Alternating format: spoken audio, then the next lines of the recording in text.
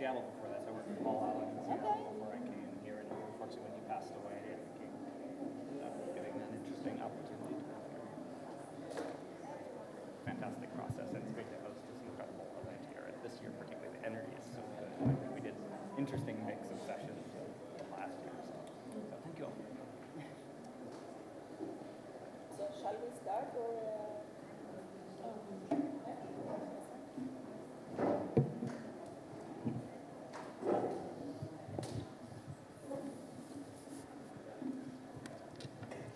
Hello, good morning, everyone, and welcome to our session. So the topic of our panel discussion is about seed in the future, what's actually in your EcoVault. So biodiversity in agriculture is one of the key components that we have to embed in farming systems in order to cope with climate change and secure our future. Just to give you a number, out of 30,000 plants which are edible, 150 plants, they are worldwide cultivated in large scale. And out of these 150, just 3 crops cover our 60% of calories and protein on a daily basis. These are maize, wheat, and rice. My name is Dionysia Lyra. I work at the International Center for Biosaline Agriculture. ICBA is based in Dubai, United Arab Emirates, and we are focusing on saline farming schemes and these similar technologies. So I'm very pleased today to have 3 distinguished speakers, 3 dynamic ladies, personalities, starting from Kristin Ohlson. She's coming from Portland, Oregon. She's a writer. She has written 2 insightful books so far, having the skill to turn complex subjects into narratives that ordinary people read with great enjoyment. Her first book was The Soil Will Save Us: How Scientists, Farmers, and Foodies Are Healing the Soil to Save the Planet. And actually, you can find this book outside the room when we finish the session. Her new book, Sweet in Tooth and Claw, Stories of Generosity and Cooperation in the Natural World, probes the mutually beneficial relationships among living things that shape and strengthen the natural world, and explores ways that humans have learned to cooperate with the rest of the nature. Welcome, Kristin. Our second distinguished speaker is Nithiya Laila. She's coming from Singapore, and she's a culinary anthropologist and founder of Seedxchange. She's passionate about exploring and preserving the food, culture, and environment of the global south, especially the native edible plants of the equatorial regions. She has more than a decade of experience in creating and hosting immersive and educational dining experiences and community projects that celebrate the diversity and sustainability of our planet's culinary heritage.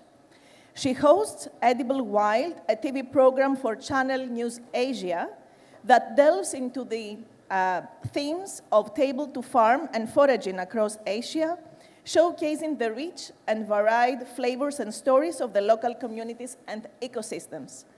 Welcome, Nithiya. And the last but not least, Kristin Gould, who actually she has just landed in Dubai, is a global leader, dynamic person and expert in agri-food and climate tech innovation, with 2 decades of experience leading creative and collaborative change throughout the industry. She has built Thought for Food, one of the top global leading innovation platforms for food systems and climate change impact that spans more than 180 countries. She has incubated and accelerated more than 100 science and technology-based startups, which have raised over 300 million in venture capital. Her work has been featured in eminent global publication platforms like Forbes. Actually, Forbes recently named her as one of the top 10 women in synthetic biology. She has worked closely with eminent organizations such as United Nations and Rockefeller Foundation. She's also the author of the book, The Change Maker's Guide to Feeding the Planet. She has produced 2 documentary films about next-gen agri-food tech solutions and has spearheaded global events on 5 continents that have earned sustainability awards. So welcome on board, ladies. So we start with Kristin. So as I mentioned, she's an author. She has written this beautiful book, Save the Soil. So while reading your book, I came across phrases like, why don't we know this stuff? Or unveil the health dynamics of the natural world. Or nature offers low-tech solutions to combat climate change. And it's obvious throughout your book, and since you are a curious, inquiring mind, really to deep dive into these mysteries of the world, into the scientific kind of context topics, and to break down, to decompose all this and bring it in a very joyful way for the readers to understand and capture. So my question is, how important do you think nowadays is for the communities to learn about the soil, these nature dynamics, and also these scientifically complex topics specifically, so that all the species, including us, the humankind, can mutually coexist and also address these vexing challenges that the humankind actually is facing nowadays? Well, I often tell the scientists that I'm interviewing when I'm working on my books, explain that to me as if I were 10 years old. Because I really want to be able to explain it in such a way that anybody can pick up one of my books and understand it, that anybody can say to themselves, I'm smart enough to understand that. And it is, in fact, interesting the way the natural world works around us. So when I started writing about soil, I mean, it was a revelation to me that the soil ecosystem is as dynamic and amazing as it is. You know, that in a handful of soil, there are billions of microorganisms, this incredible living kingdom underneath the soil. And I think it's really important for everybody to understand that living ecosystem.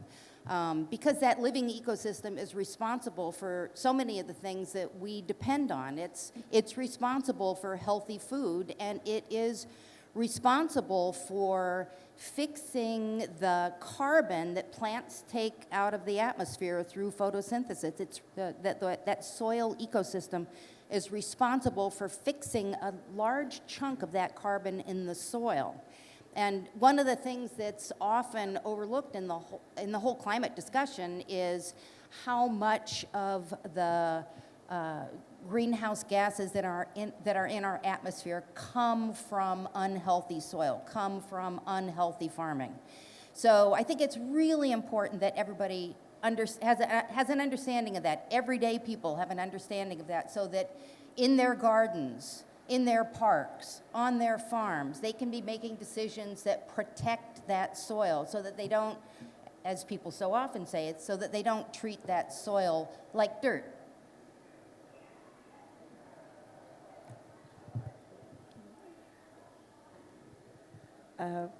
Yes? Would you like Nithiya to add something on that, or? Oh, no, I was preparing for the, Okay, good. the next part. So, yeah, so thank you, Kristin, for your insights. So moving on to Nithiya. So, Nithiya, you've been working on local, on indigenous, local edible plants, okay, at the Global South and equatorial regions. So I really love your work and embrace your passion on native edible plants, preserving heritage seeds and heirloom varieties. So it actually brings, you know, back to my mind when my mother and my grandparents were collecting from the wild, you know, different kind of herbs. And these sometimes were connected with our cultures, our religion, and with some habits that we have as communities, Greek community has. So, and actually, some of these plants, or actually most of these plants, they have medicinal or pharmaceutical properties. So they fall within the context of functional foods. And by the way, in the modern agriculture, these herbs, they are considered, especially in intensive farming schemes, as weeds. So they are intensively sprayed.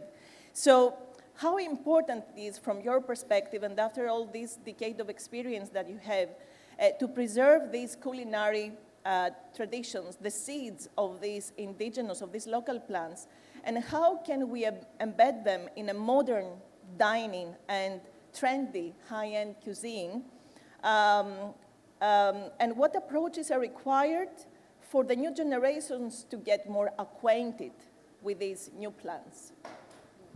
Okay, thank you, Sissy, for the question, and thank you all for being here. I think it's very easy to think about seeds as a commodity or kind of a genetic resource, especially in an international kind of viewpoint. But what we kind of tend to miss when we focus on that is that seeds also form the kind of foundation of human culture, right? Like, especially if you're looking at edible plants, you know, they tell stories of history, of migration, of war, of innovation. And if you are from Asia, like I am, these plants also kind of mark rituals. So from the moment you're born, even before you're born, till the time that you die, those rituals are marked by edible foods and plants. And you also see that in healing, for example. So I think with my work, especially with Seedxchange or trying to kind of explore the cuisine of the equator, what we found was the kind of homogenization of the palate, right? 20 years ago, I don't think we were all eating avocado toast or acai bowls. But now, you can't imagine brunch without it, for example. So food now becomes the aspiration of how we eat, becomes tied more to social economic status, more so than geography, for example. And when you are exporting ingredients across the world, or when you're creating and investing a whole bunch of money into hybrid seeds, owning the patents of those seeds, you want to de-diversify almost, so that you can create easier supply chain systems, right? There's over 1,000 varieties of bananas, but I think what banana we are most familiar with is probably the Cavendish banana, which is everywhere. So I think cities, especially cities like Singapore, tend to give this illusion of options. You know, you can get whatever you want. That's what cities kind of promise. But a lot of the time, that's an illusion, right? Your autonomy in your food choices is defined by what the supermarkets decide to bring in, what the food ecosystem in your particular place, what the economies, the market economies decide what you're going to eat. And so with Singapore as a particular focus, we found that a lot of the native edible plants started to disappear from the supermarkets. Plants that my grandparents grew up with. I mean, it's a bit of a cliche. A lot of us are inspired, especially with food, by our grandparents. You know, a lot of chefs would say, oh, I cook because of my grandmother, for example. But these plants are starting to disappear. And you asked the question about how can we make these plants get into fine dining restaurants. I don't think that's the issue at the moment, actually, because with René Redzepi's Noma and the idea of terroir, any chef that wants to get into fine dining or get a Michelin star anywhere in the world needs an individual, unique story. And that story usually means trying to hunt down the most obscure indigenous plant possible. So we have restaurants like Dewa Khan in Kuala Lumpur. You know, he forages all across Malaysia. He goes into Sabah, Sarawak, and finds plants that it's not on your traditional menu.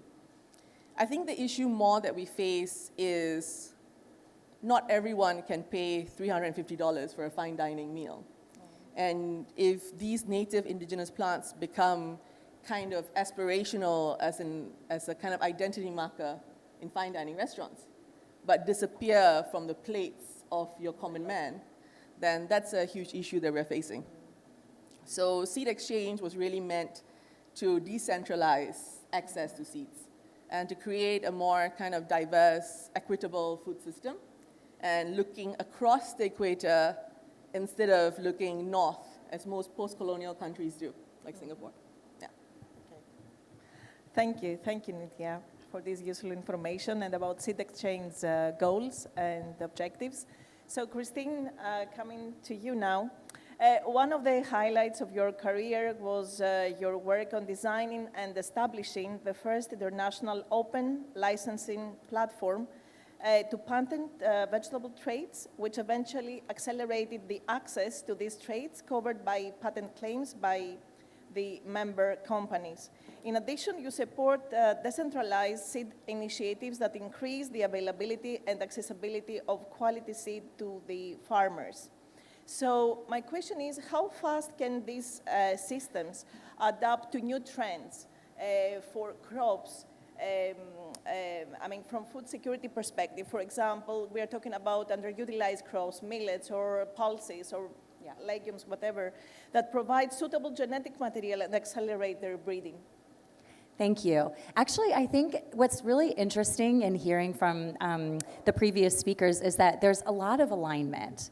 But interestingly, I come from a very different perspective too, because I actually worked for a decade for one of the big behemoth companies that is responsible for patenting seeds and driving forward, you know, a lot of the food system issues that we face today. So I have that perspective. I actually joined the company because I was very interested in the power of the tools of biotechnology and genetic modification. I studied this and really wanted to bring the promise of this technology to more farmers and more places and unleash its potential in agriculture and food.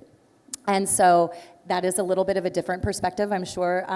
But at the same time, what I share with the previous speakers is the fact that we need to diversify our food system. We need to be looking towards currently underutilized crops. I like to call them future crops. I think it's the wrong nomenclature to call them orphan crops, as is so often done by like the United Nations or other type of development groups. Because when you call a crop an orphan crops, it sounds sad and, you know, helpless. But actually, so many of these crops provide the nutrition that we need for the future. They're naturally climate resilient. They have many, you know, functional traits that can, you know, really power the future of our food system. And I work in the innovation space now. And so, like I said, renaming them to future crops gets people excited. And so, yeah, one of the highlights of my career was indeed setting up a game-changing initiative called the International Licensing Platform, but before that it was called Traitability. It was essentially the iTunes of plant breeding. So at the company I worked for, based in Switzerland, we were actually patenting a lot of the quote-unquote native traits, they're known as. Native traits are naturally occurring traits that we spend a lot of R&D dollars figuring out what they did and what benefits they brought into a crop. And technically you're allowed to patent them.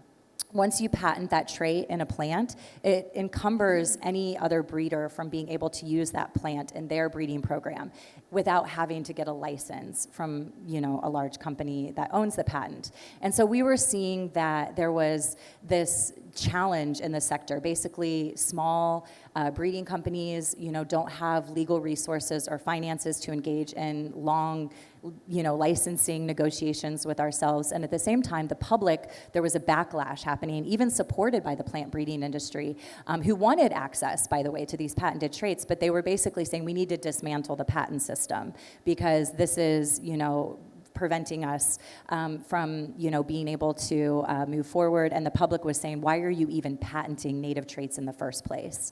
These are naturally occurring. You shouldn't even be able to patent them. So it was just becoming like a big nightmare on the, you know, public relations front and for business.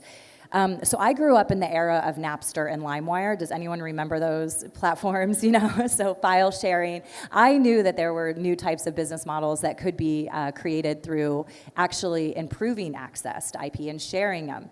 And what you saw after Napster and LimeWire was that actually the entire music industry shifted, right? iTunes came to fruition and basically made it easy. Instead of having to buy a whole record album to get the one song you wanted, you could, with one click, you know, get to the song you wanted. And it and enjoy it. So we set that up for plant traits. We basically said at one click, you can go onto this website, Tradeability, and you can get the access to the patented trait under pre-negotiated terms. If you were a humanitarian organization, it was free. If you were a small and medium enterprise, it was a certain percentage. And if you were one of our large competitors, it was another percentage. It was based on the size and scale of your operations.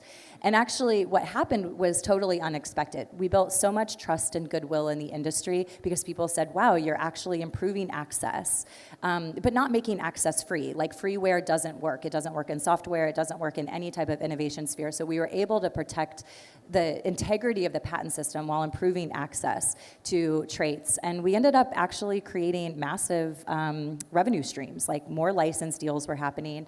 And we were called the anti-Monsanto, which my CEO loved because, you know, there was a reputational battle there.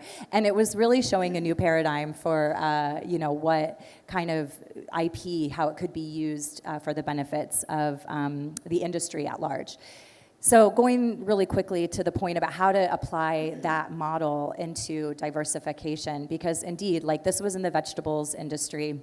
And even though you mentioned, you know, we have the 4 main crops that are focused, rice, soy, corn, and wheat, you know, the vegetables industry too is, you know, there's more vegetables than there are like grains, but they're still dominated by, you know, key varieties. So the idea is how can we bring the benefits of technification and digitization and gene editing into future crops. And that's where I spend a lot of my time right now. So millets, right? Millets have so many exciting properties for the future. I'm working with a company right now in Canada. She's selling a plant-based milk made of millets, but her vision is much bigger. She said, how do we start to build genetics programs for millets? How do we connect the smallholder women farmers that she sources from in India to, you know, digital agronomy and, you know, carbon markets and other things that can help them to, you know, become more regenerative and actually also benefit from the, you know, economic potential that right now only large-scale farmers are benefiting from.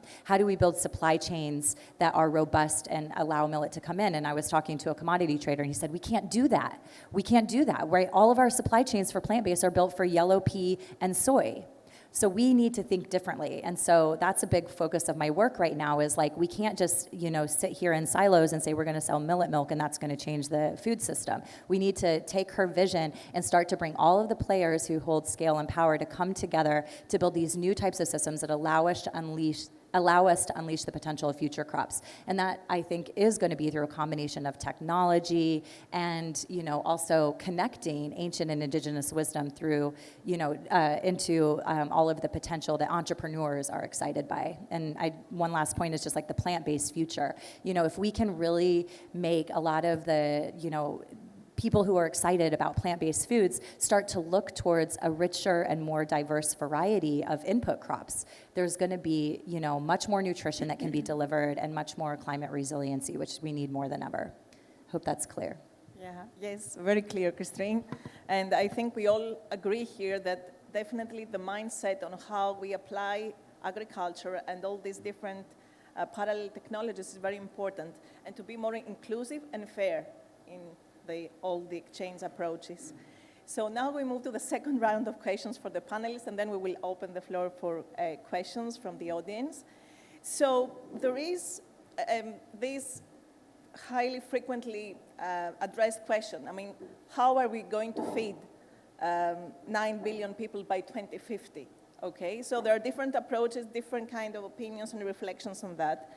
So coming to Kristin, since she's very much interested in creating these complex scientific topics in more lay people and simplified terms, it seems that you try to make the people aware of things, okay, the normal people who are not that experts, and also to probably make them more responsible and probably more aware of what actually, I mean, the environment that we are living in and what is our role in this context.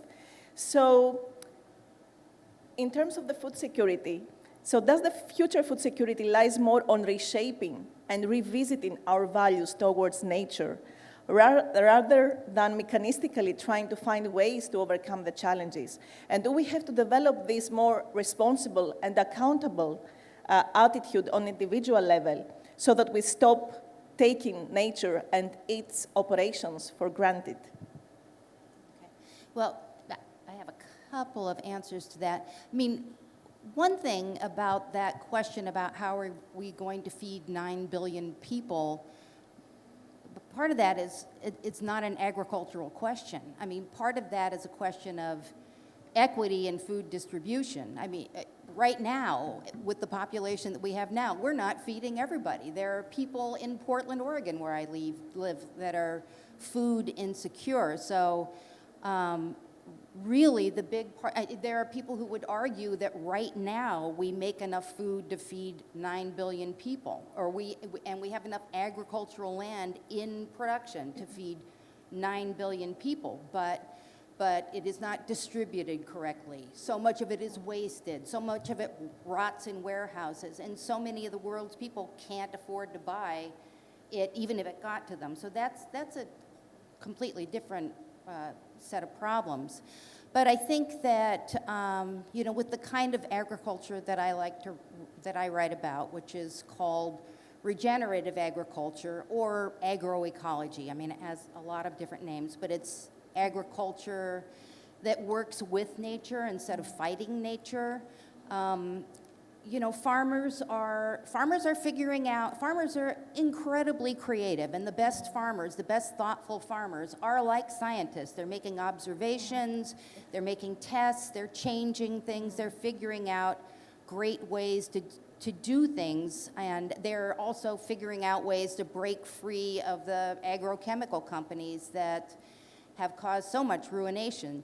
And they're figuring out how to use land in a much more efficient way. So for instance, these regenerative farmers, they do what they call stacking enterprises. So if you look in the United States, when you drive around in the fall, you see acre upon acre upon acre that's completely bare because industrial conventional farmers have tilled it, and it won't be touched until spring to plant their crops. And there is that ground just sitting there with the carbon that is in the soil getting blown out and vaporized.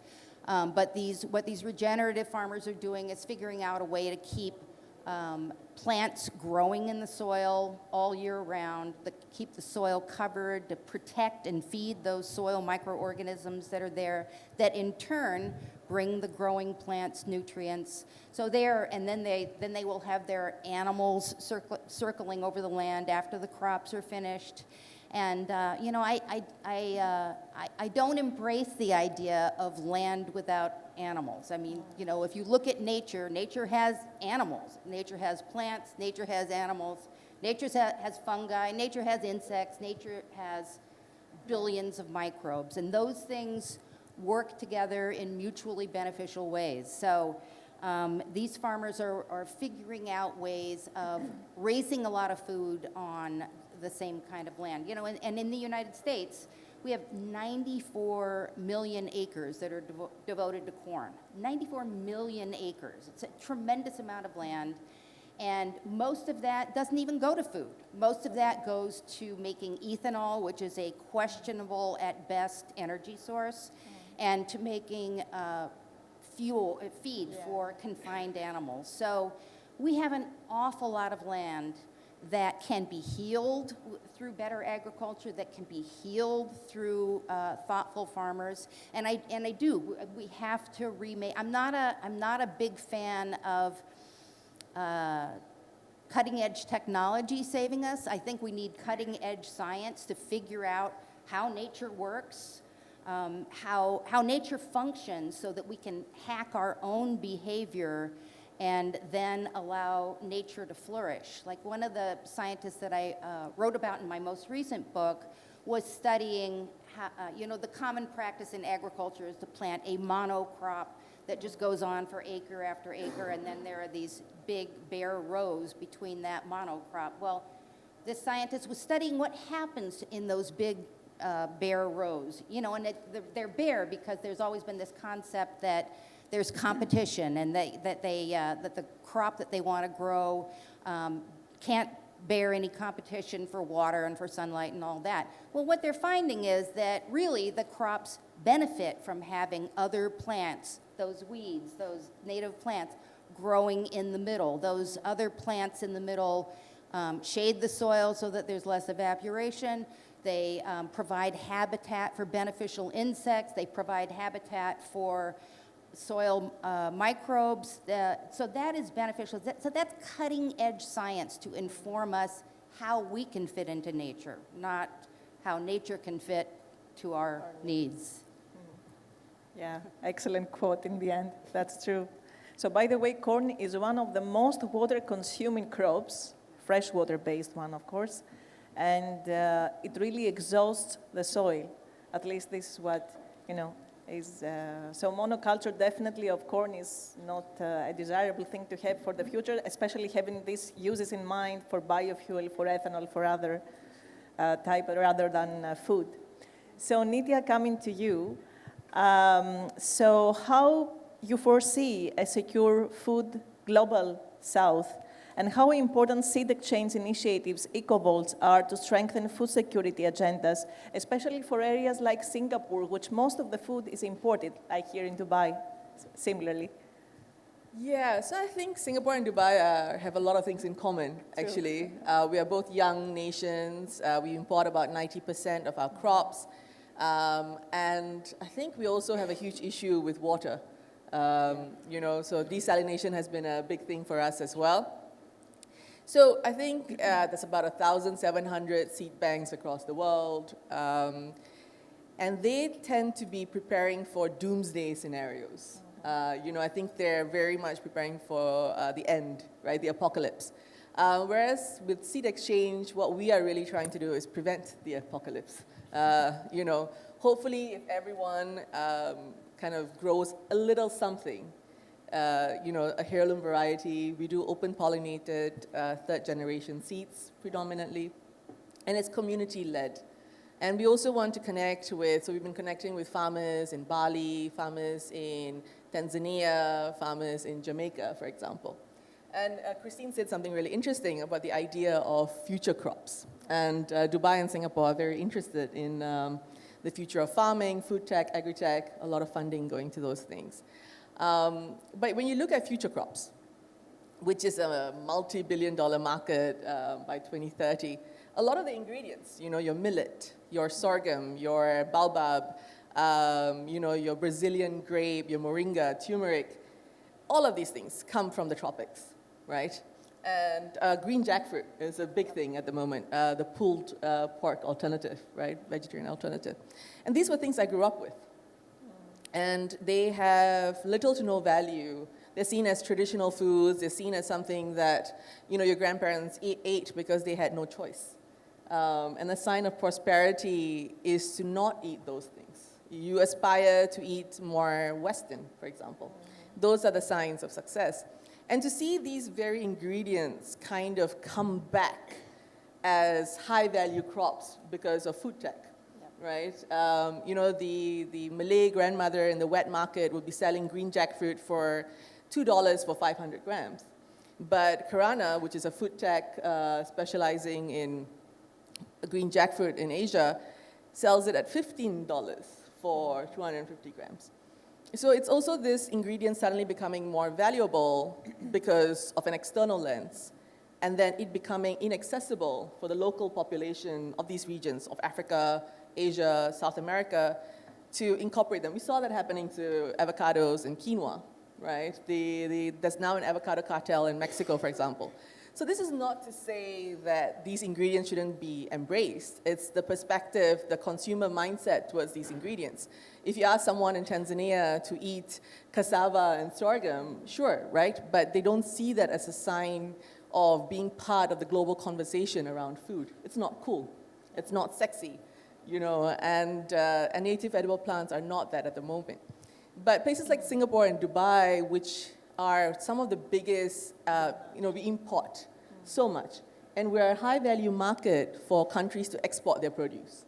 So the EU, Australia, the US, they love Singapore, right? It's a $2 billion market for the EU, for example, for the ingredients.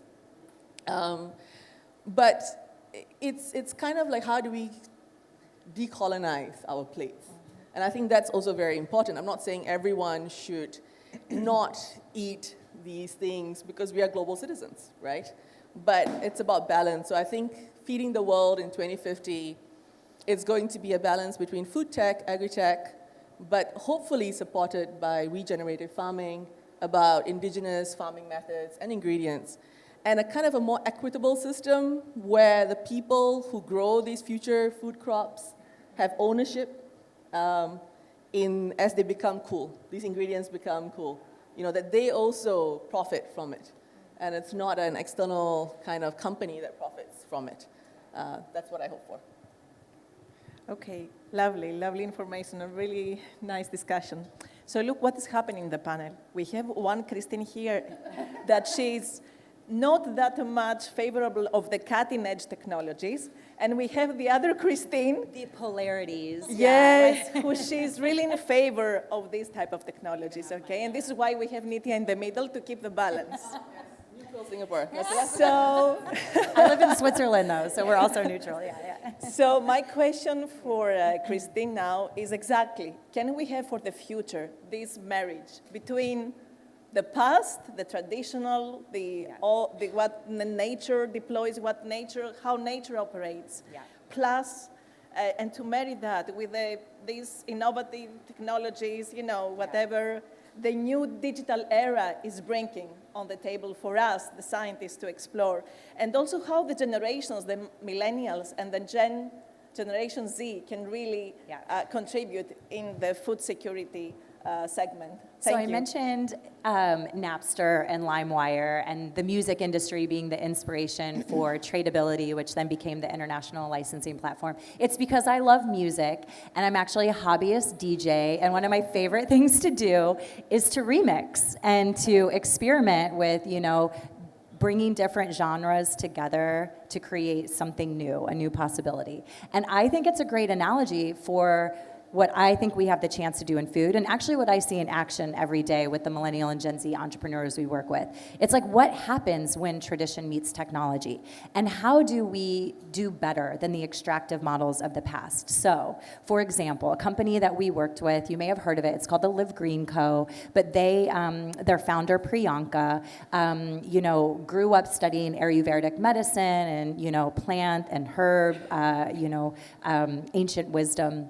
And she developed a digital platform that helps food companies actually replace synthetic additives and animal-based additives with plant-based alternatives. And she's really like incorporating the, you know, ancient knowledge of plants into this high-tech tool that can help shift the food system, right? Now, what we worked with her was not just like developing the business model and the pitch, you know, for this this really cool innovation, but also about how to make sure the original holders of this knowledge could share in the benefits of the value that's being created. In Seeds, we've always called it access and benefit sharing, and I know, like, we don't want to call everything genetic resources, but unfortunately, I mean, that's how the world and the UN has defined these things as genetic resources, and so there's centers of origin for, you know, crop biodiversity, and when, you know, companies come in and they access genetic resources and they utilize them to create some type of innovation that they patent and profit from. The mechanism is that they need to pay back a portion of their royalties back to the country of origin to help them invest in, you know, the genetic diversity protection, conservation, and it's a kind of, you know, system that is supposed to ensure that we have conservation along with use. We need more of these types. And you meant, so I spend a lot of time in Malaysia. I'm obsessed with Malaysia, but Sarawak, right? They have a Sarawak Biodiversity Center, which again works with genetic resources from the Borneo rainforest. And there are so many, I mean, the power of biology is immense. And I mean, you highlighted that, and I couldn't agree more. And so actually there's a lot of companies, food and ag companies, as well as pharmaceutical companies, you know, even biomaterial companies that are going into Borneo Borneo, and they're finding microorganism funguses, other types of interesting plants that they want to, use and commercialize.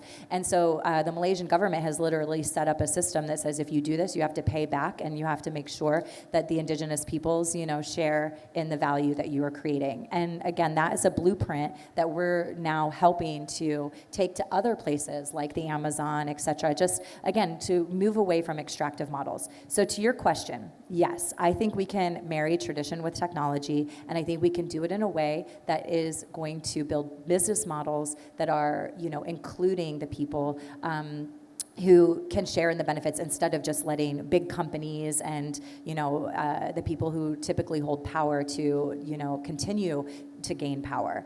And those are the frontiers I want to explore. Like a DJ, I want to start remixing ideas and possibilities. I'm super into seed exchanges. I mean, we just actually helped to bring to life a program in the Amazon, actually, with some people who are living in the arc of deforestation, and they were doing a seed exchange, and the storytelling, I mean, it was just so beautiful. And we were bringing digital tools together to capture some of the stories that were told and to share knowledge between the villages. So again, it's, technology and some of these ancient practices can create new possibilities.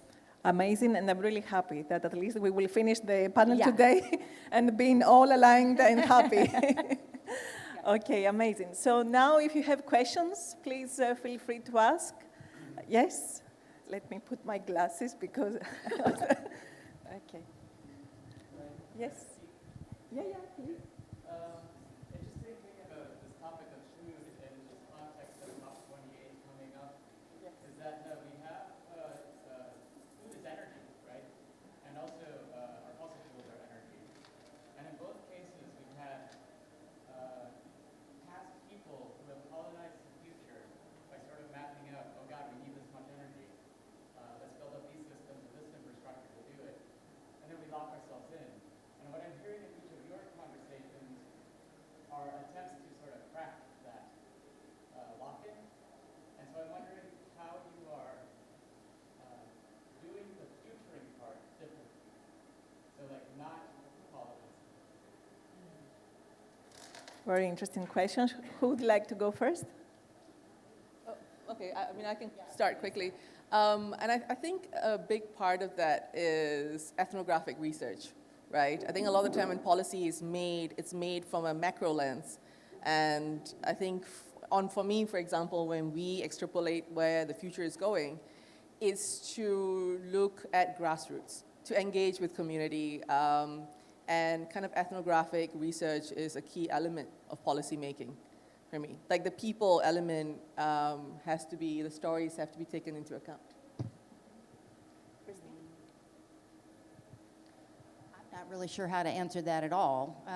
I think, so here's one thing that I love that I've observed going on in the Pacific Northwest is sort of communities of people who are organized, who are interested in food coming together to develop new ways of doing things. So there's this great group in Portland called, now I can't remember their name, but what they are is people who are interested in seeds and people who are interested in and scientists who are in the business of breeding new crops, and they're using conventional methods of breeding.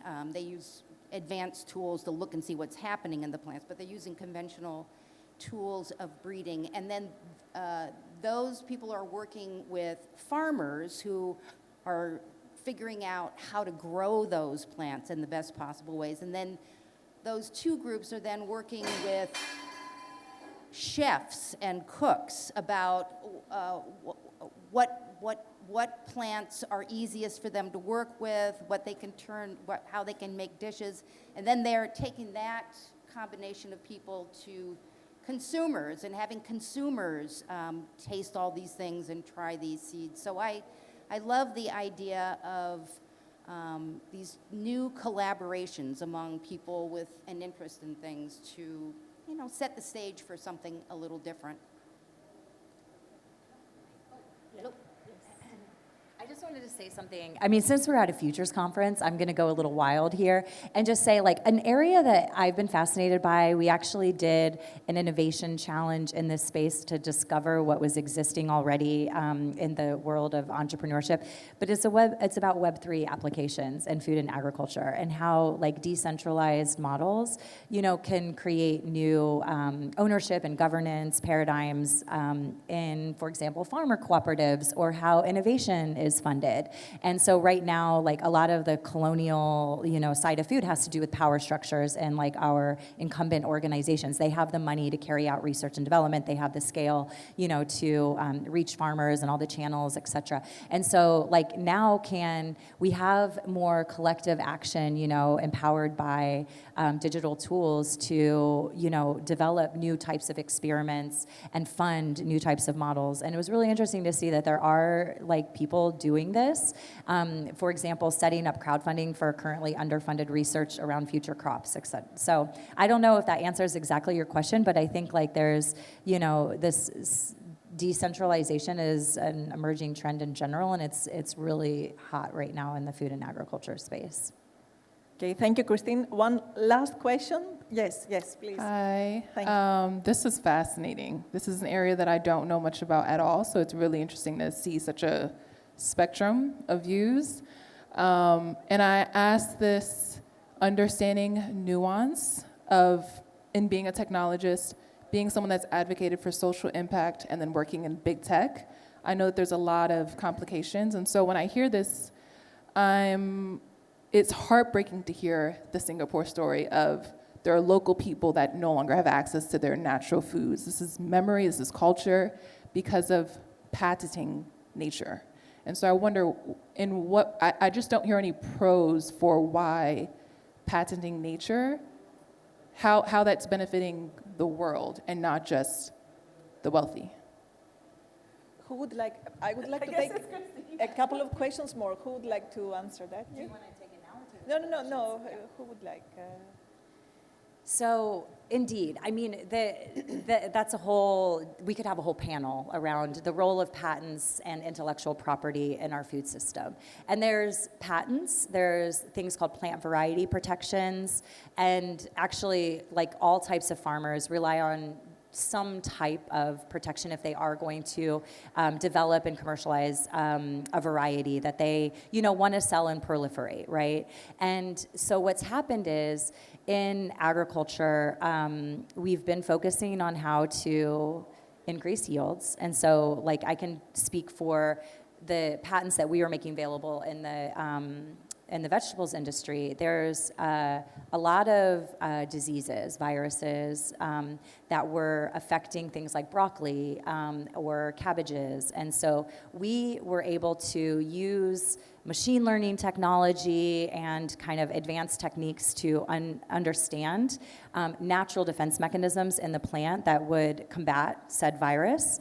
And basically then, I mean, we're talking hundreds of millions of dollars were involved in then identifying that genetic sequence that gave that beneficial trait, and then breeding that into a commercially relevant variety. Because sometimes, there's so much genetic diversity inherent in a plant species. So you might go to, like, an old variety and say, this is the gene that we need, but we need it in this variety because it has, better root systems, or, it fits this market's, weather needs, et cetera. And so that's called advanced breeding, and it, is allowed to take some type of intellectual property around that, because so much time and money is spent and advanced knowledge, right, is put into this. And like I said, though, like, even hobbyist breeders who are doing heirloom varieties are also, there's plant variety protection, it's called, on these, because it incentivizes innovation. It incentivizes that experimentation that people go forward with, to create things that can bring beneficial attributes. So in the case of this big company, they were looking more at, like, how to increase yields and prevent diseases and, prevent pest pressures. But you can also look at intellectual property around things like higher nutritional content, higher like antioxidant presence, et cetera. So it's a tool, like any tool. Intellectual property can be, used as like a hammer. Like you can use a hammer to build or you can use it to destruct. And so having a tool in place that helps to incentivize innovation, but using it in a way that doesn't kill innovation because you're suing people or you're preventing people from accessing your innovation, that's the wrong use of it, right? And so the other thing, by the way, the patent system does, you have to share your innovation publicly, right? And so that's something too that helps other people who are interested in innovating in plants and using these advanced breeding techniques. They can read your patent after a period of protection. They can build on it and use it. So, but I'm a big open source fan. I'm always been like looking to that model, how it's been used in software. And the big takeaway is open source is not freeware. There's still some type of governance around it. Usually grant back provisions and like Creative Commons, and so that exists in plants. And so there's a spectrum of different types of IP that you can use depending on what you want to use it for, how much protection you want to have. We even explored copywriting, by the way. That was an interesting legal case to see if you could copyright some of the plant genetic sequences. But these are things that there's lots of legal analysis around, but it's about incentivizing innovation. And and our current model of agriculture, people are looking for valuable output traits, whether that be for consumers or for farmers. Thank you. One last question and one last statement from the three of you, and we are done. Yes? Hi, I'm curious about future uncertainties. We're at a conference. I'm from Calgary, Canada, and we're looking at food resilience for our city and the future of agribusiness. So I'm curious from your perspective, what do you see as the big opportunities or challenges, the big uncertainties that could unlock how our city looks in terms of being a food resilient city, or it could be global in your context for the future?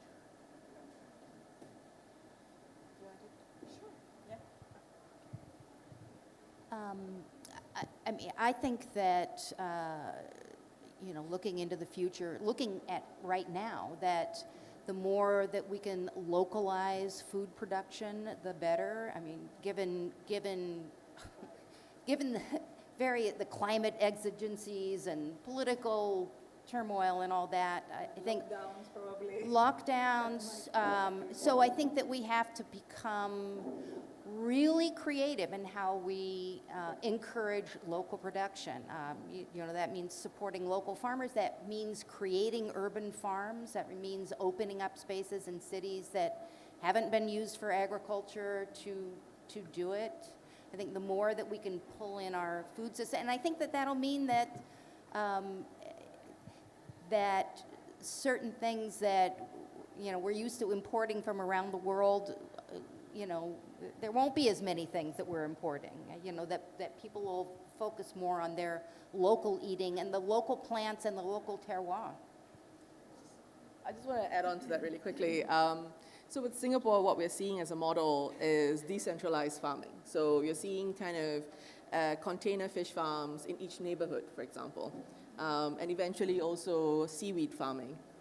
Decentralized seaweed farming, where you can get sea grapes and algae, spirulina, chlorella, high nutrient foods, and also community gardens and rooftop farms. So Singapore has, I think, 80% of the country is public housing.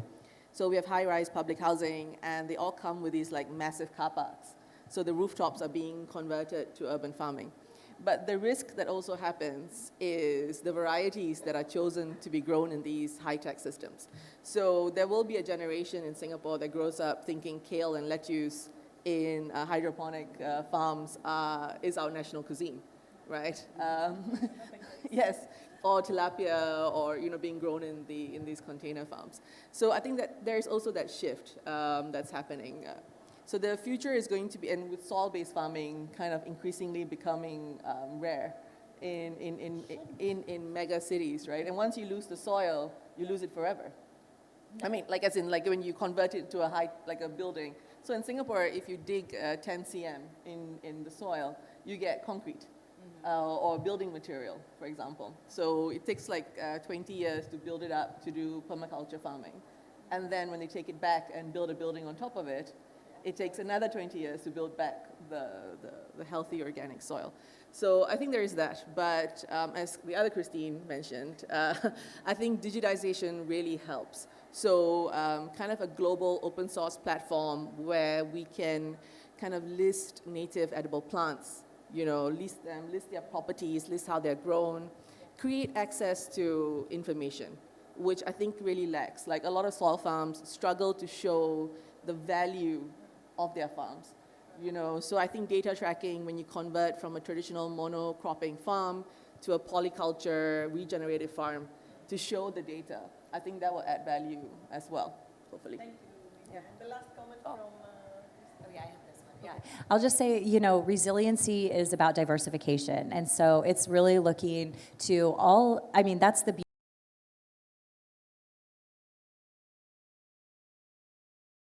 on, you know, personal genetics, it's based on, you know, technologies and so many elements.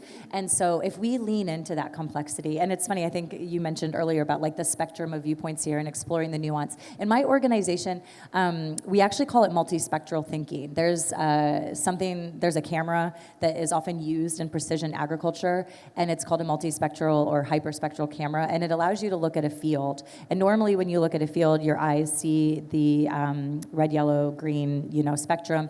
Multispectral camera allows you to see the entire electromagnetic spectrum, and you start to see, you know, much more information about that field, and you see solutions that need to be, you know, addressed, and you see information. And so we were joking one night, a group of us, you know, from our startups, and we said, wouldn't it be great if we could apply a camera like this to our brains and start to look at the world like in this multispectral way? And that's what resiliency is about. It's actually seeking diverse inputs. It's looking at every issue, exploring that nuance, and actually, you know, like not saying there's a one-size-fits-all solution for this food system. It's going to take the big players, the small players, the local solutions, the global solutions, and we need more and more experimentation and remixing. Thank you, Kristin, Nithiya, and Kristin again for this great discussion. I hope you enjoyed, for sure. So thank you also for attending our session. Have a nice day. Bye.